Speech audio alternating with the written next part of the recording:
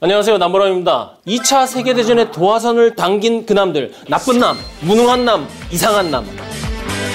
남남남 3부작인데요. 두 번째 시간이죠. 우리가 지난 시간에 나쁜 남 히틀러에 대해서 알아봤는데요. 그가 마음 놓고 전쟁 준비를 지 맘대로 할 수 있었던 건 사실 이 인물의 역할이 컸습니다. 고인은 아니었지만 히틀러에게 여러모로 도움을 줬던 이 남자, 영국 총리 체인벌린입니다.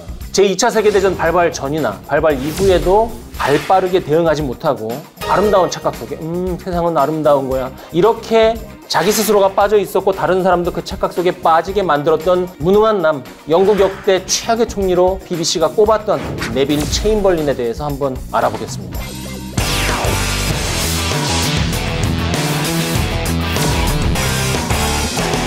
이 네빌 체인벌린 총리가 되기까지 어떤 일이 있었을까요? 제가 처음 시작할 때부터 이 사람은 무능하다 이렇게 말씀을 드려서 야, 이 사람 얼마나 일을 못했길래 역대 최악의 총리로, 그것도 BBC라는 방송국이 낙인을 찍었을까 하실 건데 사실은 일 잘하던 정치인이었습니다. 기업인 출신으로서 언제 활약을 했냐면 1931년부터 1937년까지 뭐가 왔어요? 세계 대공황이 왔죠. 이 세계 대공황으로 인해서 주요 각국의 국민들이 굶주리고 화나서 이 굶주림과 화남이 결국은 하나로 뭉쳐서 2차 세계대전의 어떤 핵심 변수가 된 것 아닙니까? 그런데 이런 와중에 네빌 체인벌린이 대대적인 개혁을 해서 영국 경제를 빠르게 회복세로 이끈 재무장관이었어요. 자국민들에게도 좋은 평가를 받고 외모적으로도 아주 깔끔해서 인기가 좋았습니다. 덕분에 1937년에 영국 총리로 취임을 하는 것이죠. 과거의 헌신, 성과로 인해서 총리가 됐는데 4년 후인 1940년에는 오명을 쓰고 물러납니다. 잘 나갔던 실물 경제인, 재무장관, 총리가 어떻게 해서 4년 만에 최악의 총리라는 손가락질을 받게 되었을까요? 그의 운명을 바꿔놓은 결정적인 사건이 있다면 바로 뮌헨협정.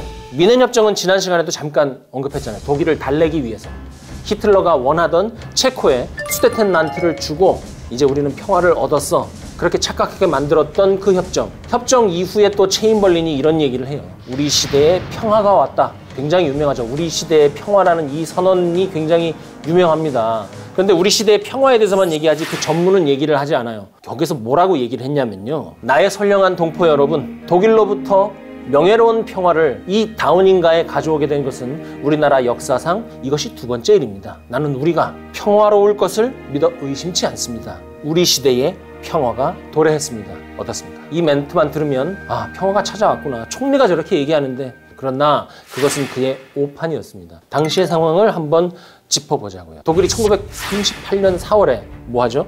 오스트리아를 강제 병합합니다. 그리고 9월 초에 체코슬로바키아에 침공 지시를 내리죠. 그래서 프랑스가 예비 동원령을 내려서 동원령을 검토를 하고 영국이 책상 밑에 깔아놨던 작전 계획을 꺼내서 전쟁 계획을 검토를 하고 있었죠. 비상이 걸린 거예요. 도시 곳곳에 방공호를 설치를 하고 시민들은 대피 훈련을 하는 등 전쟁이 일어나도 이상하지 않은 상황에서 체인벌린이 얘기를 하는 거예요. 우리 시대에 평화가 도래했습니다 하고요. 그런데 체인벌린 정도 되는 정치인이면 위기를 눈치를 챘어야 되지 않느냐. 독일까지 가가지고 히틀러한테 그 수모를 당하고 와서 그 독일군의 무서움을 보고 온 사람이면 우리 이제라도 전쟁에 대비해야 되지 않느냐, 이 얘기를 했어야 되지 않느냐는 거죠. 체인벌린도 훌륭한 사람이긴 하지만 경제적 위기에 특화된 사람이지 군사적 위기에 특화된 사람은 아니었다는 거죠. 그래서 경제에서 하는 것처럼 떡 하나 더 주고 내가 한 발 물러서면 상대도 한 발 물러서고 이런 협상이 가능하다. 독일을 진정시킬 수 있을 것이다. 히틀러도 그 중에 한 명이니까 내가 충분히 얘를 컨트롤할 수 있다. 이렇게 믿었던 거죠. 그런데 경제 전문가 체인벌린의 군사적 순진성을 이용해서 히틀러가 작업을 걸었고 거기에 탁 걸렸던 것이죠. 히틀러가 먼저 작업을 어떻게 거냐면 1938년 9월 26일에 대중집회가 열려요. 여기서 체코슬로바키아 대통령 베네시를 아주 맹폭을 합니다.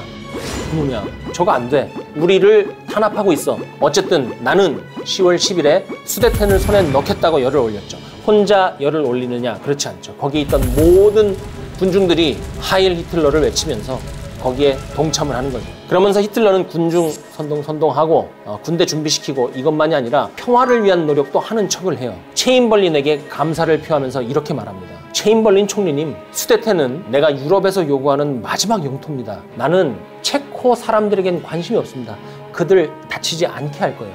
땅만 조금 주세요. 이렇게 공언을 하니까 다 감기는 거죠. 심지어 체인벌린이 히틀러에게 훌륭한 지도자라고 칭찬까지 했다니까요. 그러니까 한 입으로 전쟁과 평화를 교대로 말하면서 냉탕과 온탕을 왔다 갔다 하면서 사람을 노골노골 늘어지게 만드는 거죠. 누가 노골노골 늘어졌느냐? 바로 체인벌린이 노골노골 늘어진 거죠. 요즘으로 말하면 밀당하는 거예요. 늘 이런 식으로 한 거죠. 한편 이런 히틀러의 감언 이설을 듣고 체인벌린이 무슨 생각을 했을까요? 유럽에서 요구하는 마지막 영토래. 그러면 수대탄만 주면 조용하겠네? 이렇게 생각을 했겠죠. 그래서 체인벌린이 9월 27일에 베네시 체코슬로바키아 대통령한테 가갖고 이보시오, 9월 28일까지 독일 제안을 받아들이시오. 그래서 땅을 조금 내어주고 유럽 전체의 평화를 도모합시다. 당신네만 좀 가만히 있으면 돼. 이런 식으로 압박합니다. 그리고 영국으로 돌아와서 대국민연설에서 이렇게 말하죠. 나는 내 영혼 깊숙한 곳까지 철저한 평화 애호자입니다. 국가 간의 무력 충돌은 나한테는 악몽이요. 그러나 어느 나라든 무력으로 세계를 지배하려고 할 때 그것에 저항해야 한다고는 나도 생각합니다. 하지만 생각해 보십시오. 전쟁이란 무서운 겁니다. 우리는 크고 강력한 이웃 나라와 대결하고 있는 조그만 나라에 동정을 하겠지만 그것은 어떠한 사정이 있든 다만 중요한 것은 모든 대영 제국을 전쟁으로 밀어넣을 수는 없다는 겁니다. 체코슬로바키아, 내가 동정은 하지만 전쟁은 싫다. 난 평화주의자니까 대를 위해서 소를 희생시키기로 한 겁니다. 결국 이것을 한 줄로 해석하면 이거겠죠. 전쟁을 하면 하자, 평화를 하면 하자. 말입니까 막걸리입니까? 그러니까 히틀러가 속으로 오케이 계획대로 되고 있어, 오케이 계획대로 되고 있어. 히틀러가 이걸 한 거죠. 히틀러는 이제 영국, 프랑스, 독일, 이탈리아, 체코슬로바키아 5개국 회담을 제안합니다. 그래서 이 5개 나라가 모인 이 협정이 바로 뭡니까? 뮌헨 협정이죠. 여기서 협상한 내용이 참 기가 막히고 코가 막힌데 이래요. 체코슬로바키아는 수데텐란드를 독일에게 양도한다. 테세는 폴란드에게 양도한다. 카르파티아 루테니아와 남슬로바키아는 헝가리에 양도한다. 회담 참가국은 체코슬로바키아의 안전과 독립을 보장한다. 이 결론은 결국 뭐냐면 체코슬로바키아라는 이 맛있는 케이크를 조금씩 나눠서 먹자는 거예요. 이 회담으로 체코슬로바키아는 멀쩡히 가만히 있는데 서서 따기를 맞은 거예요. 말하자면 이건 따기 정도가 아니라 정말 묻지마 몰매를 맞고 나서 응급 중환자실에 들어갔는데 돈은 네가 내 라고 얘기를 들은 거나 마찬가지입니다. 뮌헨 협정 이후에 어떻게 됐을까요? 체코슬로바키아의 안전과 독립을 보장하겠다고 쓰고 사인했잖아요. 히틀러가 6개월 뒤에 공격해버려요. 1939년 3월에 체코를 완전히 먹어버리죠. 그리고 나서 슬로바키아를 괴뢰국으로 만들어버립니다. 또 같은 해 9월에 연달아서 무슨 일이 일어나요? 폴란드 침공했잖아요. 그래서 2차 세계대전이 시작되는 것이죠. 결과적으로는 어떻습니까? 체인벌린이 원하던 평화가 왔습니까? 오지 않았죠. 유화 정책이 효과를 발휘했습니까?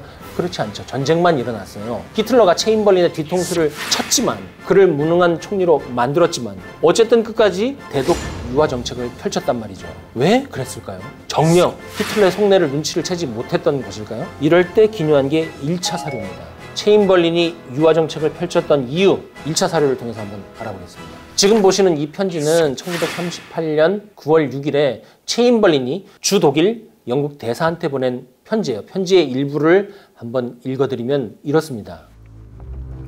세계는 히틀러가 뉘른베르크를 통해 보낸 메시지에 놀라고 있어. 그러나 그는 그것을 실현하지 못할 겁니다. 이것을 알아야 합니다. 독재자는 민주주의 리더보다 강하게 말하는 법이죠. 체코슬로바키아는 문제 없습니다. 나는 히틀러가 평화나 전쟁을 선택할 확률이 50대 50이라고 봅니다. 히틀러의 참모들을 비난하는 것은 괜찮지만 히틀러가 좋은 사람이 될 기회를 주는 게 어떨까요? 계속 이런 식으로 하면 우리는 좋은 결과의 기회를 스스로 포기하게 되는 거라 생각합니다. 이 내용이 뭡니까? 이거 참 정치인이 입에 담기 적절치 않은 논리 아닌가요? 전쟁을 할 수도 있고 평화로 갈 수도 있지만 내 생각에는 평화로 갈 것 같은데 내 말이 틀렸다면 그거는 미리 죄송합니다. 하지만 히틀러가 좋은 놈이 될 기회가 있으니까 굿보이가 되도록 칭찬해 줍시다. 그의 심기를 거스르지 맙시다. 이거는 대문 열었으니까 우리 집을 털어가도 되는데 안방에 있는 폐물만은 가져가지 마세요라고 얘기하는 거랑 다르지 않은 거죠. 히틀러와의 실제 대화에서는 그러면 어떤 일이 있었을까요? 두 사람의 대화 내용이 궁금하잖아요. 근데 이 1차 사료가 있더라고요. 나는 유년 시절 급진 이론에 경도하였어. 독일이 하나라고 느꼈지만 가능한 것과 불가능한 것을 구분할 줄은 압니다. 지금 독일이 하나의 제국이 되는 것은 불가능합니다. 그러나 지금 독일이 가고 있는 방향이 무엇이냐는 다른 문제입니다. 나는 수천만의 독일인들을 신경 쓰고 있습니다. 그런데 그중 300만이 체코슬로바키아에 살고 있어. 체코슬로바키아의 독일인들 역시 독일인으로 살아야 합니다. 그들이 그렇게 바라고 있어요. 잠시만요. 짚고 넘어갑시다. 당신은 300만의 수데텐란트 독일인들이 반드시 독일에 편입되어야 한다고 하는 거지요. 그것 말고는 더 원하는 것이 없는 겁니까? 내가 이렇게 묻는 이유는 당신이 생각하는 것만큼 수데텐란트에는 그만큼의 독일인이 없을 뿐더러 그곳의 많은 이들이 체코슬로바키아인과 독일인으로 분리되는 것을 원하지 않습니다. 그러니까 이제 히틀러가 길고 긴 연설, 대중들 앞에서 하던 그 연설을 했다고 합니다. 나는 인정적인 통합을 바라는 게 아니다. 체코를 또 그렇게 내가 뭘 먹으려고 지금 그러는 게 아니다. 왜 나 오해하느냐. 내 진심을 알아줘라. 나는 정말 수데텐에 있는 우리 독일인들 그들을 지켜주고 싶은 거다. 인족에, 인류에 근거한 나의 진심을 이렇게 곡해하느냐. 그러면서 이렇게 얘기했다고 그래요. 수백의 수데텐란트인들이 사살당하는 있을 수 없는 일들이 벌어지고 있어. 이는 당장 해결해야 할 문제입니다. 난 이걸 해결하기로 했습니다. 나는 세계 전쟁이 일어나건 말건 상관하지 않아요. 나는 준비되었고 위험을 각오할 겁니다. 그걸 그대로 두고 보느니 세계 전쟁의 위험을 감수하겠습니다. 이게 지금 전쟁하겠다는 거잖아요. 더군다나 세계 전쟁을 한다고 했단 말이죠. 그러면 평화 외치고 경제 관료였던 체인벌린이 얼마나 놀랬겠어요. 분명히 체인벌린은 히틀러의 자세를 통해서 전쟁의 욕구를 보았을 겁니다. 그러니까 체인벌린은 거기서 이제 완전히 멘탈이 나간 거예요. 세계 전쟁이 일어날 수도 있겠구나. 나는 근데 평화밖에 없을 거라고 얘기하고 왔는데 나 돌아가서 평화가 도래했습니다. 나 이거 연설 미리 지금 써왔는데 이거 그럼 다시 써야 되나? 정신이 없는 거죠. 그러나 실제 체인벌린이 국내 정치, 국내 군사에 있어서 어떤 조치를 냈고 어떤 보고서에 어떤 사인을 했는지를 보면 조금 생각이 달라질 수도 있습니다. 여기서 완전히 반전이에요. 우리가 알고 있는 것과 사실 다른 부분이 있어요. 체인벌린은 기존 내각이 추진하던 재군비 정책을 가속화했습니다. 독일의 팽창을 받지 않습니까? 그래서 그 팽창에 대한 대응책으로 군사적 옵션이 필요하다. 우리 1차 세계대전이 끝나고 군비를 줄여서 경제에 집중하고 있었는데 안 되겠구나. 군대도 늘리자. 이걸 얘기를 하고 사인하고 실행을 했단 말이죠. 다만 재군비라는 게 하루아침에 할 수 있는 게 아니에요. 그러다 보니까 시간을 벌기 위해서 체코슬로바키아를 좀 안 됐지만 희생시키고 그 안에 동의한 것이고 그랬을 수 있다는 게 일부 역사가들의 의견입니다. 영 틀린 말은 아니에요. 체인벌린이 만약 이때 영국군을 강화하는 여러 조치를 하지 않았더라면 영국은 보다 더 암울한 상태로 세계대전을 맞이했겠죠. 혹은 군사력이 전혀 없는 상태로 폴란드 침공마저도 묵인하고 유럽이 전부 다 독일 손아귀에 들어갔을 때 뒤늦게 섬에서 항복했을지도 모를 일입니다. 특히 잘한 게 영국 공군을 늘렸어요. 확실히 이때 늘려서 이득을 봤어요. 그게 1937년, 38년만 해도 영국의 군용기 생산 가능량이 2,000대, 3,000대밖에 안 됐어요. 독일은 이미 5,000대씩 쑥쑥 뽑아낼 수 있었는데 영국은 반밖에 안 됐단 말이에요. 그런데 이 체인벌린이 독일 가서 보고 와가지고 안 되겠어. 야, 딴 데 얘기하지 말고 공군 좀 늘려놔. 그래갖고 39년부터는 8,000대가 조금 안 되는 수준으로 생산량을 늘렸단 말이죠. 그러니까 독일을 그때 따라잡았기 때문에 그 공중전에서 독일군을 물리칠 수 있었던 겁니다. 그리고 단순히 생산 시설 그것만 늘린 게 아니라 나중에 항공기 생산에 사용할 수 있도록 경금속의 생산량, 수입량을 크게 늘려요. 미리. 체인벌린을 바라볼 수 있는 다른 시각은 영국 국민들이 이때 1차 세계대전 후유증에서 벗어나지 못한 상태였어요. 이게 바로 체인벌린이 대독일 유화 정책을 펼치고 우리 시대에 평화가 왔습니다. 국민 여러분 괜찮아요. 이 얘기를 했던 이유라고 해요. 처참하고 처절했던 1차 대전이 끝난 지 얼마 안 되었고 그 뒤를 이어서 공장에도 나가고 학교에도 나가고 뭐 사람들이 자기 일터에서 일을 해야 되잖아요. 그런데 이 일을 할 사람들이 없을 정도로 나라가 엉망이 되니까 그런 상황에서 우리 전쟁에 대비해야 됩니다. 이 얘기를 또 하고 싶지는 않았던 것이죠. 무엇보다 당시 기성세대의 적지 않은 퍼센티지가 지옥 같은 전쟁터에서 살아나온 사람들이었잖아요. 이 사람들의 아들을 다시 전쟁터로 밀어넣는다는 얘기를 정치적으로 할 수가 없는 거예요. 국내 정치도 중요하잖아요. 자신이 표를 얻어야 이 전쟁을 어쨌든 끌고 갈 거 아닙니까? 또 외교적으로도 공격에 소극적이던 프랑스를 설득하려면 지금 괜찮아 해서 한 발씩 끌어들이려고 했었던 것 같다라고 일부 역사가들이 커버를 치기도 한다는 거죠. 그리고 이것도 생각해 볼 필요가 있어요. 체인벌린이 정말 무능했나?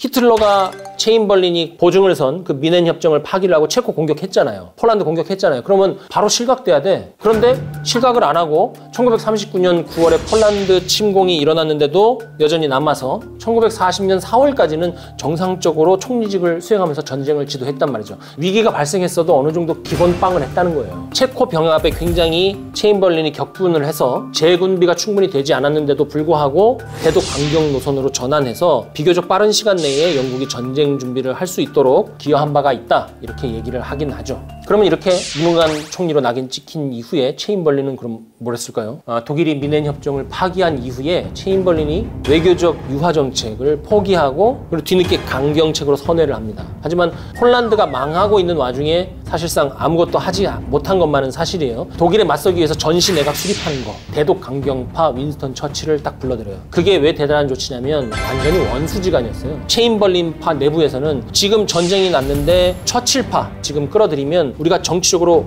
고립될 수 있다, 이런 얘기도 많이 했어요. 근데 체인벌린은 과감하게 손을 내밀고 악수를 청하죠. 그런데 이제 그게 영국이라는 국가, 세계전쟁에 대비한 큰 걸음으로서는 잘한 조치였지만 개인적으로는 악수였어요. 처칠, 단호하거든요. 이 패배는 네 책임이야, 당신이 안고 가 하면서 체인벌린한테 바로 사임을 요구합니다. 그래서 처칠 때문에 체인벌린이 사임한 거나 마찬가지예요. 결국 이제 정치적으로 이래저래 고립이 돼서 체인벌린이 1940년 4월에 사임 의사를 표명을 하고 5월 10일에 사임합니다. 사임 연설문 내용을 보면 독일이 전면 침략 공격을 시작했다는 것, 그리고 우리는 이 짐승에 맞서서 다 함께 단결하여 용기를 내어 싸워야 한다는 것, 나는 이 3년 동안 영국 수상으로서 책임을 다했습니다. 나는 평화를 위한 모든 노력을 다했습니다. 이 사람은 왜 마지막 그걸 앞두고 자기 합리화 변명을 했을까요? 체인벌린이 사임하는 날 BBC는 이거 안 내보내고 처칠 취임 소식만을 전했어요. 이후에 체인벌린은 전시 내각의 자문위원회 위원장을 맡아요. 그런데 이제 고령에다가 충격 많이 받아가지고 건강 악화로 사망했습니다. 그러니까 이게 그런 영향도 있어요. 역대 최악의 총리로 꼽혔던 이유는 사람이 통상 뭔가 대단히 큰 실수를 했으면 자숙하고 뭔가 봉사하면서 마무리 지을 수도 있고 2차 세계대전 이후에 뭐 냉전도 생기고 여러 가지 기회가 있는데 거기서 다시 치고 올라갈 수도 있잖아요. 그런데 이렇게 사망했기 때문에 최악의 총리라는 그 시점에서 회복을 못한 것일 수도 있습니다. BBC 히스토리 매거진에서 평가한 20세기의 총리들 중에서 0점을 받은 거죠. 가장 낮은 점수를 받은 총리가 된 것도 역사가들이 좀 변호를 했잖아요. 왜 그럴 수밖에 없었는지. 역사가들이 분명히 이렇게 얘기하는데 BBC가 뭐 날방송도 아니고 왜 빵점을 주었을까? 여기에 대해서는 우리가 생각해 볼 필요가 있는 거죠. 마지막으로 체인벌린에 대한 존남의 평가는 무엇이냐? 평시형 관료다. 체인벌린 수상은 실물 경제를 잘 알고 국내 정치에 유능한 그런 정도의 정치인이었다. 국가 이익에 대한, 국제 정치에 대한 이러한 감각은 약간 부족했을 것이다. 이렇게 판단이 되는 것이고, 또 유화 정책을 썼다는 것은 영국의 역사, 명예와 전통에 대한 어떤 자부심 같은 것이 다른 지도자에 비해서 좀 부족했던 것이 아닌가. 철학이라든지 이런 것이 부족해서 그러니까 자기 변명을 자꾸 하고 자기 합리화를 하게 되는 거죠. 그러니까 전쟁하고 위기관리 쪽에는 젬병이었던 겁니다. 적수를 잘못 만난 거예요. 히틀러는 체인벌린이 상대하기에는 너무나 고수였어요.